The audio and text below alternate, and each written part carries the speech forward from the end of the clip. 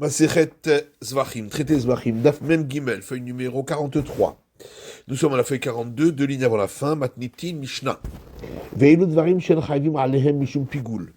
Voici les choses sur lesquelles il n'y a pas le statut de Pigoul, si on a eu l'intention de consommer après le temps imparti.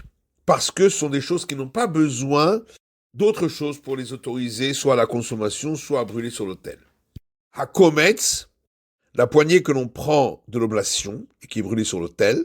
Haketoret, et les encens qui sont brûlés sur l'autel à l'intérieur du palais du temple. Verhalevona, et les encens qui sont sur l'oblation, qui sont brûlés sur l'autel. Umilhat Kohanim, et l'oblation des prêtres qui est entièrement brûlée sur l'autel. Umilhat Kohen Mashiach, et l'oblation du prêtre qui a été oint, qui est elle aussi entièrement brûlée sur l'autel. Verhadam, et le sang qui est aspergé sur l'autel. Verhanesachim, et les libations, à Baïn Mifnatzma, lorsqu'on les apporte seuls. Divrei Rabbi Meir, parole de Rabbi Meir. Vachachamim omrim, et les sages disent Af Abaïn imabema, même lorsque on les apporte pour accompagner un animal offert en sacrifice. Log shemen shel metzora, le volume d'un log d'huile qui est apporté par le lépreux, sa purification. Rabbi Shimon Omer, Rabbi Shimon dit En chayvim alav mishum pigoul, on n'est pas mentionné à son sujet pour une question de pigoul. Mais Rabbi Meir Omer, alors que Rabbi Meir dit chayvim alav mishum pigoul, on est sanctionné à son sujet pour l'interdit du pigoul. Et Dama Hacham Matiro, parce qu'il a besoin du sang du sacrifice délictif pour autoriser sa consommation. Chol, Sheyesh lo Matirin, et tout ce qui a besoin d'autre chose pour l'autoriser, Ben la Adam, Ben Mizbeach, soit pour la consommation de l'homme, soit pour la consommation de l'autel, Chavim Alam Mishum Pigoul, on est passible à son sujet de la sanction pour l'interdit du pigoul. Aola, l'Holocauste, Damar Matir et Bessara, c'est son sang, lorsqu'il est aspergé sur l'autel, qui autorise sa chair, la misbéach, à être brûlée sur l'autel, vers Orach la Kohanim, et la peau pour les prêtres. On a Tarof, l'oiseau offert en holocauste, Damar Matir et Bessara, c'est son sang, lorsqu'il est mis sur l'autel, qui autorise sa chair, la misbéach, à être brûlée sur l'autel. Hatataof, l'oiseau offert en sacrifice expiatoire, Damar Batir et Bessarah la Kohanim, c'est son sang lorsqu'il a aspergé sur l'autel qui autorise sa chair à être consommée par les prêtres. Parim anisrafim ou Sehirim anisrafim, les taureaux qui sont brûlés à l'extérieur de Jérusalem et les qui sont brûlés à l'extérieur de Jérusalem, Daman Batir et Temoré El Likarev, c'est l'aspersion de leur sang qui autorise à brûler certaines de leurs parties sur l'autel. Rabbi Shimon Omer, Rabbi Shimon dit Kol she'eino ala mizbach chetzon kishlamim, tout sacrifice dont le sang n'est pas aspergé sur l'autel à l'extérieur du palais du temple, comme les sacrifices pacificatoires, en chayvim ala mishum pigoul, on n'est pas passible au sujet de l'interdiction du pigoul. Gemara. Amaroula, on l'a dit, kometz pigoul, poignée prise de l'oblation qui doit être offerte sur l'autel, alors que l'oblation est pigoul. Chez Haelo al-Gaber Mizbeach, lorsqu'on l'a monté malgré tout sur l'autel, Paka pigoulo mimenu. Le statut de pigoul est parti d'elle. Et la preuve, Imacheri mevil des pigouls, c'est que si déjà il entraîne les autres parties de l'oblation à devenir pigoul, ou le Kolcheken, pour lui-même, n'est-ce pas, à plus forte raison. Et la Gemara demande Maïkama, mais qu'est-ce qu'il veut dire? Il cherche une preuve que ce n'est pas pigoul, et il amène un raisonnement pour dire que c'est 8 pigouls. Et la Gemara répond à Rikama, voilà ce qu'il a voulu dire. Imeino mitkabel, s'il n'était pas accepté sur l'autel à cause du statut de pigoul, et Armeviacherim des pigouls, comment pourrait-il entraîner de donner le statut de pigoul aux autres parties de l'oblation? Et la Gemara demande mais qu'est-ce que Oula vient nous apprendre? Iden chayvim ala mishum pigoul, si c'est pour nous dire que on n'est pas sanctionné pour lui, pour la faute du pigoul, Anina, on l'a déjà vu dans notre Mishnah. Et le Dvarim Shen Chayvim Alehem Mishum Pigoul, qui dit voici les choses sur lesquelles il n'y a pas la transgression du pigoul, Hakometz, poignée prise de l'oblation, Vea Ketoret, et l'encens, Vea Levona, et la poudre d'encens qui est sur l'oblation, ou Milchat Kohanim, et l'oblation des prêtres, ou Milchat Kohen Mashiach, et l'oblation du prêtre qui a été oint, ou Milchat Nesachim, et l'oblation qui accompagne les libations, vers Adam et le sang. Et là, mais alors il faut dire qu'il vient nous apprendre des Ma'alou lo yerdou, que si on a fait monter cette poignée sur l'autel alors que elle était pigoule, on ne la fera pas redescendre. Nina, ça on le sait déjà d'une Mishnah, qui dit halad, partie de sacrifices qui ont passé la nuit, vers Hayotseo, qui sont sortis du temple, vers Atamio, qui sont devenus impurs, chez Nishratrut Sizmano, Komo, ou si le sacrifice a été abattu rituellement avec l'intention de consommer en dehors du temps imparti ou de l'espace imparti, Im'alou lo yerdou. S'ils sont montés sur l'autel, ils ne redescendront pas. Et là, alors il faudrait dire, dit l'Agmara, des yardou ya'alou, que même si on les a fait redescendre de l'autel, on pourrait les faire remonter. Hanamitanina. Mais là aussi, il y a un enseignement d'une Mishnah qui dit que Shem Sheim Alou lo yerdou, de la manière que s'ils sont montés, on ne les redescendra pas, car im yerdou lo ya'alou. De même, s'ils sont redescendus, on ne les fera pas remonter. L'Agmara répond l'autre sikha, en vérité, on a besoin d'enseignement de Oula pour le cas suivant, chez Mashla Bahen Aour, que lorsqu'on les a montés sur l'autel, le feu avait pris sur le morceau, et ensuite, on les a redescendus de l'autel. Dans ce cas, on pourra les remonter sur l'autel. L'Agmar demande à Nami, mais ça aussi, Amaoula Hadazimna, Oula l'a déjà enseigné une autre fois, de Amaoula. Car Oula a dit, Lo Shanu ela shelo mashla bahen ha'ur. On a dit que si on les a redescendus de l'autel, ils ne remontent pas, que si le feu n'avait pas pris sur eux. Aval imashla bahen ha'ur, mais si le feu avait pris sur eux, Ya'alou, on les fera remonter. L'Agmara répond Maou de Tema, seulement on aurait pu penser, Hanimile, que ça c'est seulement dans le cas Ever, d'un membre d'un sacrifice, de Mihbar, parce qu'ils forment une seule entité. Et donc si le feu a pris sur une partie, c'est comme si il avait pris sur le tout. Aval Kometz et Mifrat, mais dans le cas de la poignée, qui est faite de morceaux de farine, donc qui sont séparés les uns des autres, et malo, j'aurais pu croire que si le feu a pris sur une partie, c'est pas considéré comme s'il avait pris sur le tout. Kamash Palan, et c'est pourquoi Oula vient nous apprendre que peut remonter le tout. Amar Ravachai dit, il car c'est pourquoi Haïkomet Spigoul de Palge Hitara ou Palge Aske Hamaracha.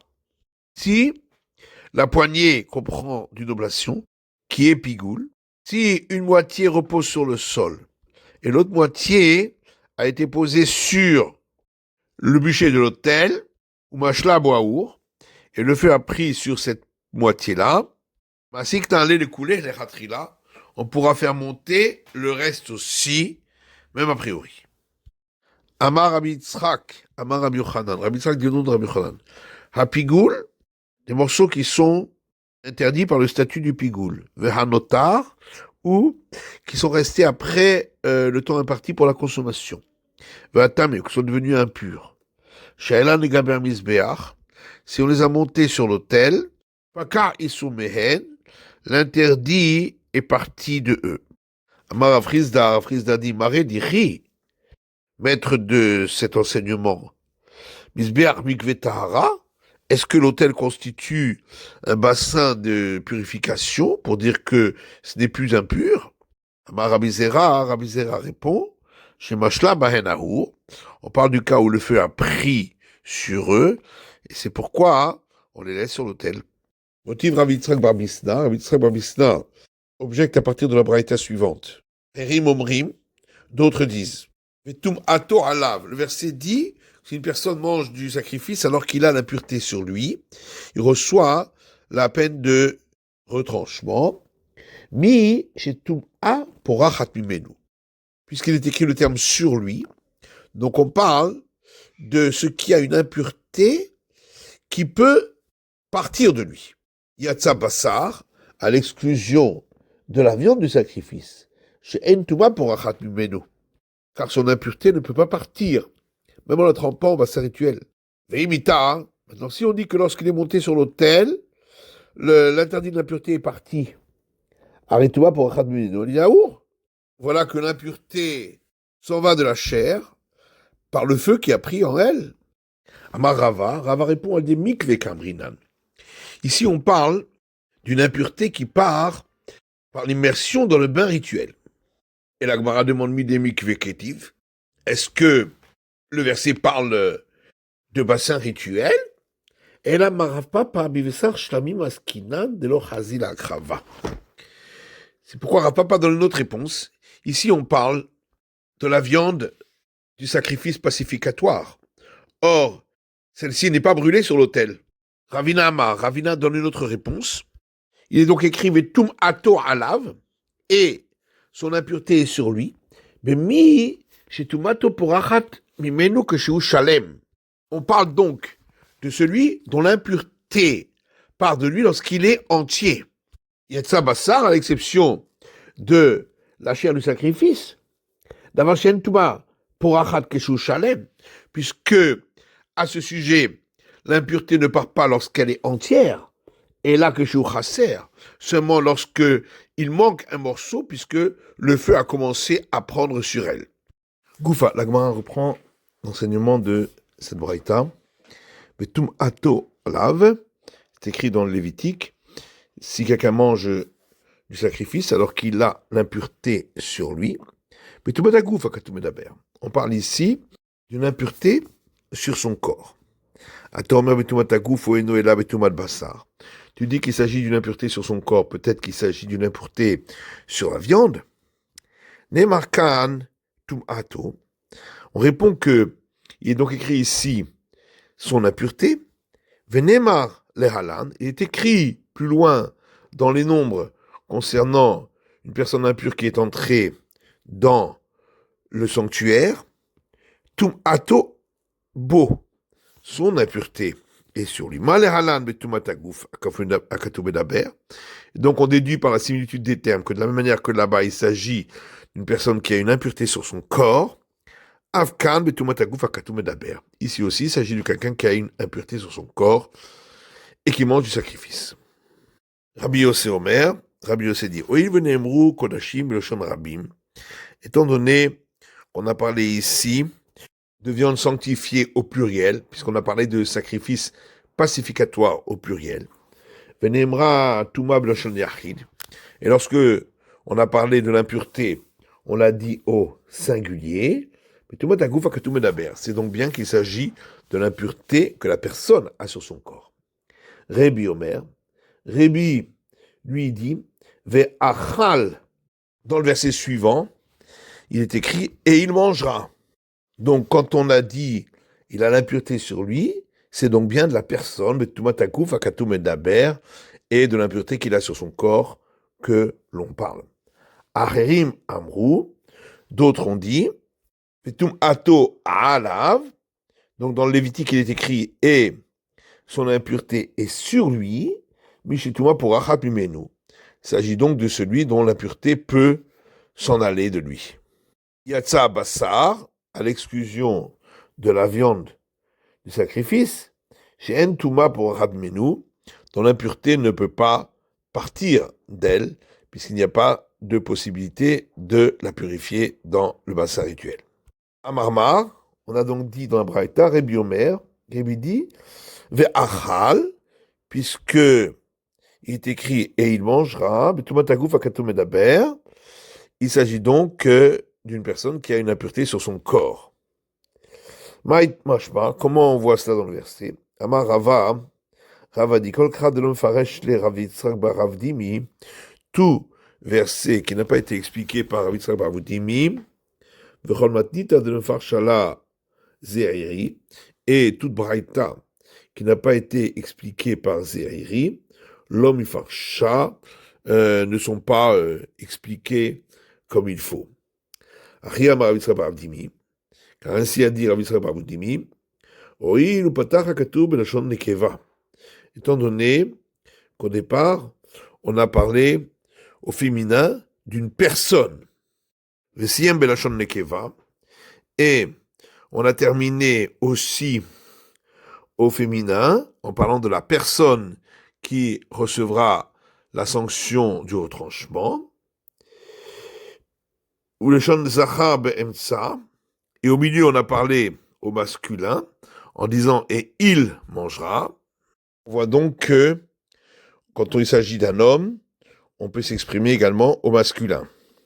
Et donc pareil dans le verset précédent où il est écrit « et son impureté est sur lui », il s'agit de l'homme et on emploie le masculin. Et donc, on parle de l'impureté qu'un homme a sur son corps.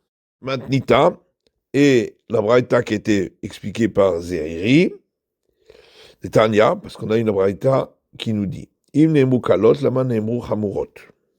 si dans un passage dans le Lévitique où on parle d'une personne impure qui mange du sacrifice, on a parlé des cas légers, pourquoi a-t-on parlé également des cas plus sévères? Et si on a parlé des cas plus sévères, pourquoi a-t-on parlé également des cas légers? Car si on avait parlé des cas légers et pas des cas sévères,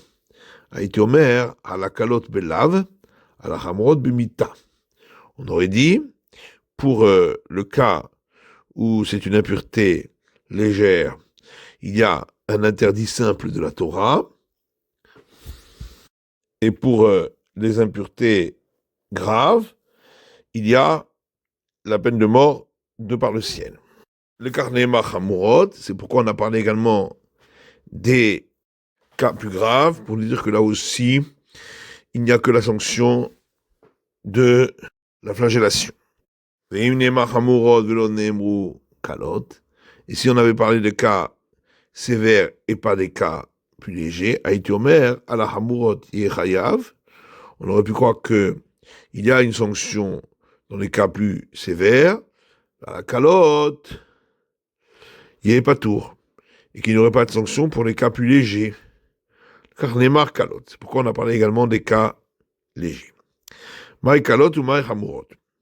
Et on se demande qu'est-ce que c'est les cas légers, qu'est-ce que c'est les cas sévères. Il est ma calotte, maaser.